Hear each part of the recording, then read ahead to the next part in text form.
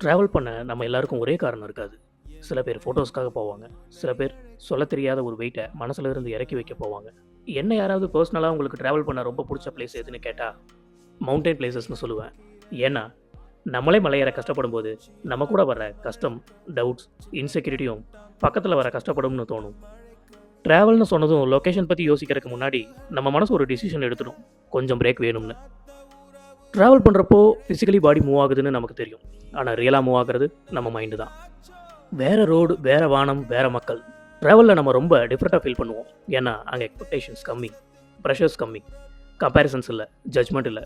நம்ம ஸ்ட்ரேஞ்சர்ஸ் நடுவில் போகும்போது நம்மளும் ஸ்ட்ரேஞ்சர்ஸ் ஆயிடுறோம். ட்ராவல் நமக்கு சொல்லிக் கொடுக்குறது வாழ்க்கையில் சுச்சுவேஷன்ஸ்க்கு எஸ்கேப் பண்ணி பழகாமல் அப்சர்வ் பண்ணி பழகுங்கிறது தான். விண்டோ சீன்ஸ் மாதிரி பாஸ் ஆகிடும். ட்ராவல் முடிஞ்சதும் நம்ம மறுபடியும் லைஃப் ரொட்டீன்குள்ளே போவோம். ஆனால் அதே மனுஷனாக இல்லை. கொஞ்சம் அமைதியாக, கொஞ்சம் உண்மையாக, கொஞ்சம் மெதுவாக. ட்ராவல் முடிஞ்சு திரும்பி வரும்போது எல்லாம் சரியாகிடும்னு இல்லை. ஆனால் எது சரியா இல்லைன்னு நமக்கு கிளியராக தெரியும். ட்ராவலில் போகிற இடம் முக்கியம் இல்லை, யாரோட போகிறோங்கிறது தான் முக்கியம். நம்ம தனியாக போகலாம், இல்லை நமக்கு பிடிச்சவங்களோட போகலாம். திரும்பி வரப்போ நம்ம மைண்ட் என்னவா மாறி இருக்குங்கிறது தான் முக்கியம். நேரம் கிடைக்கும் போதே நமக்கு பிடிச்சவங்களோட இல்லை நம்ம தனியாக ட்ராவல் பண்ணி மெமரி சேர்த்து வச்சிடணும். ஏன்னா நாளைக்குங்கிறது கனவாக கூட மாறலாம்.